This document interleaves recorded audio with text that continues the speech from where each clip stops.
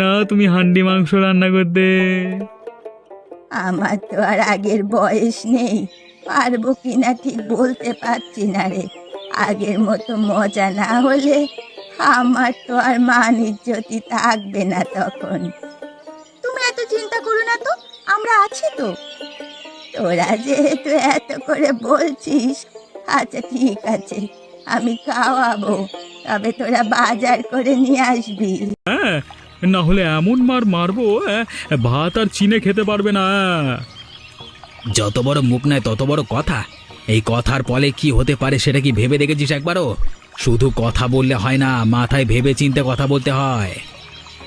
সবকিছু ভেবে চিন্তেই বলেছে, তোমরাও এরপর ভেবে চিন্তে কাজ করো।